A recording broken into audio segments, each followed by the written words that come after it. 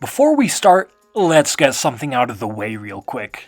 When I say inaccuracy, I am not talking about anything that has to do with the minifigures, nor am I even talking about a color change. But rather, in the context of this video, I am talking about things that were actually fundamentally wrong with the shape of the model itself. Almost any time anybody talks about these kinds of inaccuracies, it is in a very negative way because as LEGO collectors, we do like our models to be as accurate as possible. But sometimes it's okay for them to be inaccurate, and in fact, it's even good for them to be inaccurate.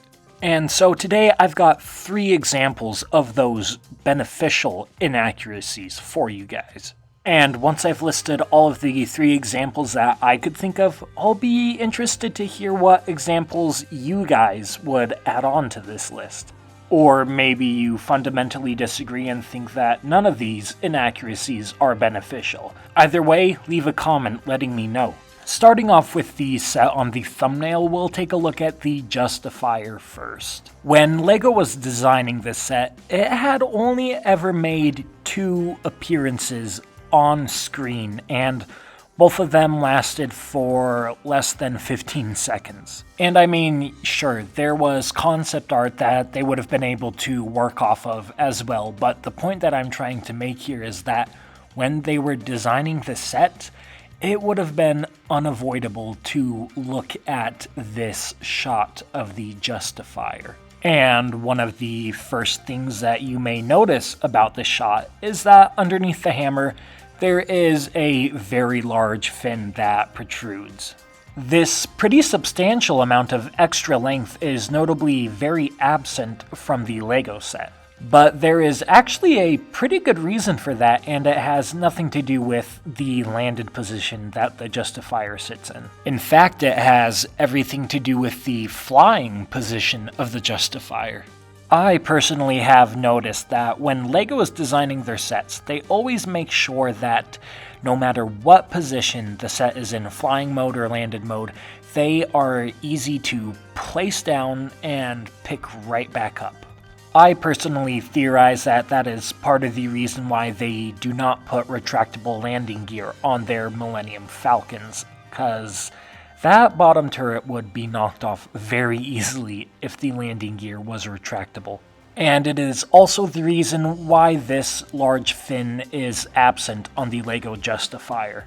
I modified my Justifier because I like the added accuracy over the benefits that the inaccuracy provides. And as you can see, when I set it down while it is still in flight mode, there is a lot of undue strain put on these bottom pieces here. And that's even when I don't have the fin very large at all. It's just not quote-unquote healthy for the LEGO pieces, and especially if it was a longer fin, that would be even worse for strain. So while somebody like me may prefer accuracy over the playability, I can definitely see why this was a very good move on the LEGO designer's part to keep it inaccurate for the playability for the kids out there. And that brings us to Slave 1, the next inaccuracy, and you probably already know what the inaccuracy that I'm going to talk about is. Every Star Wars fan knows that the engines on Slave 1 consist of 2 eyes and a nice big ol' squillium unibrow. However, the unibrow on the 2019 Slave 1 is very, very absent. And thank goodness it is, because that made way for the most incredible carrying handle that we've ever seen in LEGO Star Wars. If you don't think that missing some of the engines to make way for this handle was worth it, I'm assuming that you've never held this set before. Because this carrying handle might just be the best play feature in all of LEGO Star Wars. And in my opinion, the inaccuracy is well worth it. And with that, we'll move on to the last set on this list for today, the 2018 Imperial Landing Craft. Now, the inaccuracies with this one may be the least justified out of the 3, but I think that it still makes the cut. if you look at any source material for the Sentinel-class Imperial shuttle, you will notice that the fuselage housing the back wings is pretty much perfectly in line with the rest of the ship's body. Which, as you can tell, is definitely not the case with this 2018 LEGO model. And it all harkens back to what I was talking about earlier with the Justifier.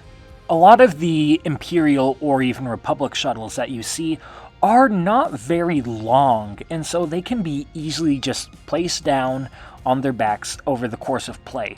The 2018 Sentinel is definitely not like that. Now, similar to the Justifier from earlier, I have also modified this one quite a bit, and as you can see, it does not set down very well, once again putting undue strain on those hinge pieces up there. But in the original design, they actually shortened up the wings enough that you can just set it on the ground with the wings still open.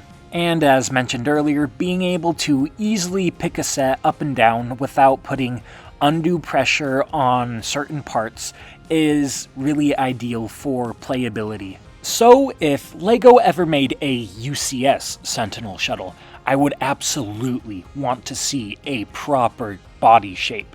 But for the playset, I think that it gets a pass. It kind of needs to have the shape that it does.